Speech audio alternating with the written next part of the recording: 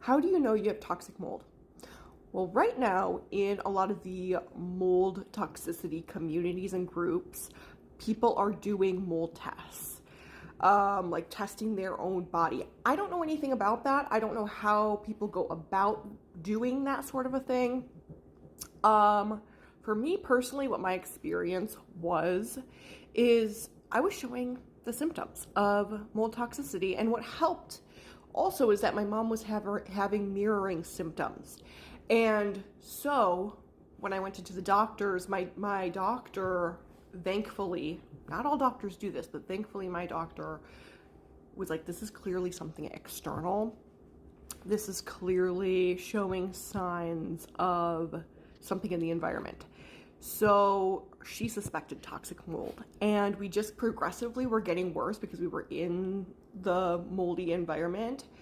In our case, it made a lot of sense because we had a literal hole in our roof that was leaking. It was pretty terrible, and it took a long time to get somebody out to fix it.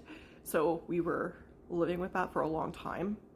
But really the symptoms are a good indicator, a good possible indicator. A lot of people are like, should I do tests? What tests do I do? Honestly, I didn't do the tests. I don't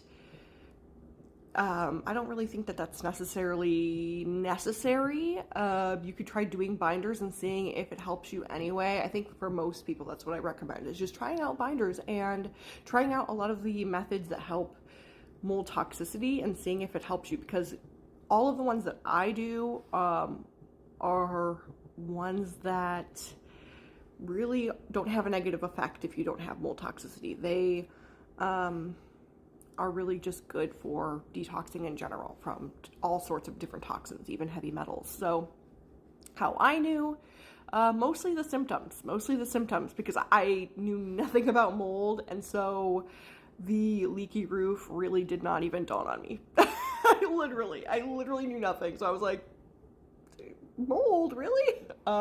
Yeah, that's how I knew. But then later on we did like a mold test on the roof, which just further proved what we already knew, but I don't feel like any of that's necessary. Just check your symptoms.